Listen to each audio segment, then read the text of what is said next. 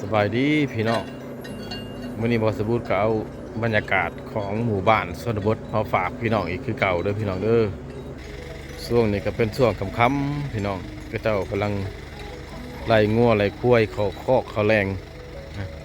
กับบรรยากาศแบบติดดินนะพี่น้องบรรยากาศแบบบ้าน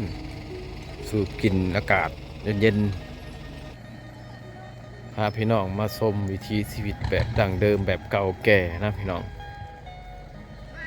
บรรยากาศชนบทล้วนๆเลยได้พี่น้องเอ้ย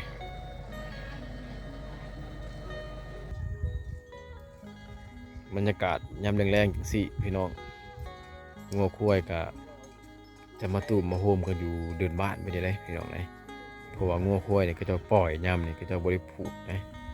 ปล่อยบางโตวก็มาบางโตวก็นอนอยู่ภูนะภาคส่วนที่ว่ามาก็นอนแถวนี้แหละพี่น้องนอนตามเดินบ้านแถวหน้าบ้านไปนี่แหละมันบ่ค่อยเขาคอกหรอกพี่น้องเอ้ย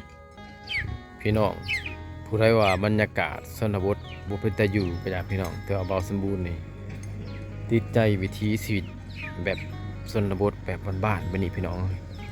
อยู่แบบเป็นกันเองอยู่แบบธรรมชาติบัดนี้เบาสมบูรณ์ถือว่ามักสุดได้พี่น้องเลยคนชนบทส่วนใหญ่จะมีความจริงใจถือว่าหลายที่สุดเลยพี่น้องเลย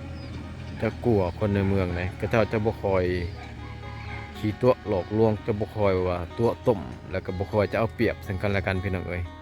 ก็เจ้ามีหยังก็เจ้าก็แบ่งกินแบ่งมันปันส่วนกันระหว่างพี่น้องหรือว่าผู้ที่บ่แม่นพี่น้องก็ได้พี่น้องก็เจ้าจะมีการแบ่งมันปันส่วนเป็นอย่างดีพี่น้องเอ้ย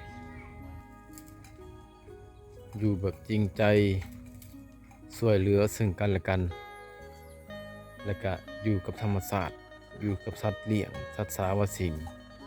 เปรียบเหมือนเพื่อนอีกอย่างหนึ่งก็ว่าได้พี่น้องเอ้ย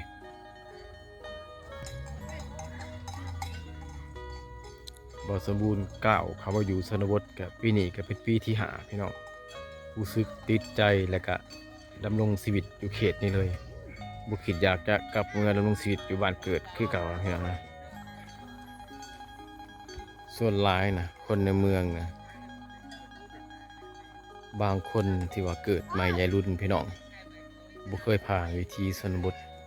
และก็บุคอยได้สัมผัสกับชีวิตของมันนะเห็นคนชนบทก็เจ้าจะแปลว่า ทำท่าทางแบบคือรังเกียจนี่นะพี่น้องแต่ว่าถ้าว่าได้มาสัมผัสวิถีชีวิตตัวจริงได้มาอยู่ในการดำรงชีวิตกับเข้าเจ้านี่พอสมบูรณ์ทำห้องว่าจะติดอกติดใจและก็จะอยู่แบบพอเพียงนะพี่น้องแต่ว่าวัยรุ่นยุคใหม่คือสิยากอยู่นะพี่น้องเอ้ยแต่ถ้าเป็นคนเก่าๆอีหลีนะแบบว่าอายุ40ขึ้นเมื่อนะจะหูจักปล่อยวางมักอยู่แบบ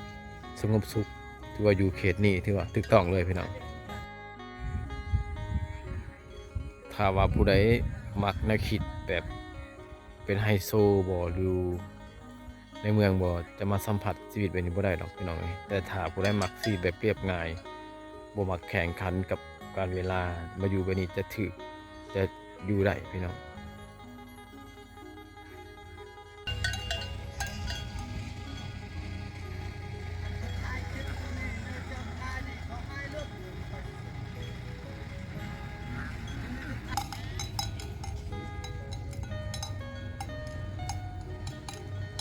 เมืองพิธีคือเจ้าเฮ็ดให้งัวจือพี่น้องเจ้าของงัวแต่ละมื้อก็เจ้าจะเอาเกลือมาให้กินเพื่อให้งัวน่ะจือเจ้าของได้เวลาก็เจ้าจับมันจะง่ายพี่น้อง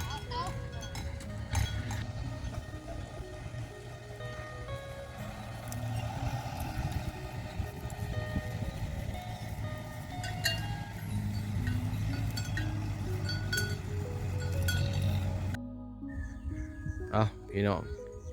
คลิปนี้ก็เป็นคลิปสั้นๆคลิปหนึ่งที่ว่าถ่ายวิถีชีวิตถ่ายบรรยากาศให้พี่น้องได้เบิ่งให้พี่น้องได้ชมอย่าลืมกดไลค์กดแชร์กดติดตามเจอกันใหม่พี่น้องมื้อนี้มันค่ำว่าสมมุติจะเดินทางกลับเจอกันอยู่ที่หมู่บ้านชนบทคือเก่าแหละพี่น้องเอ้ยมื้ออื่นเจอกันอยู่ที่อาจจะเป็นหมู่บ้านหนึ่งอีกที่แปะกับดินแดนเวียดนามเลยพี่น้องเด้ออย่าลืมกดไลค์กดแชร์กดติดตามขอขอบใจ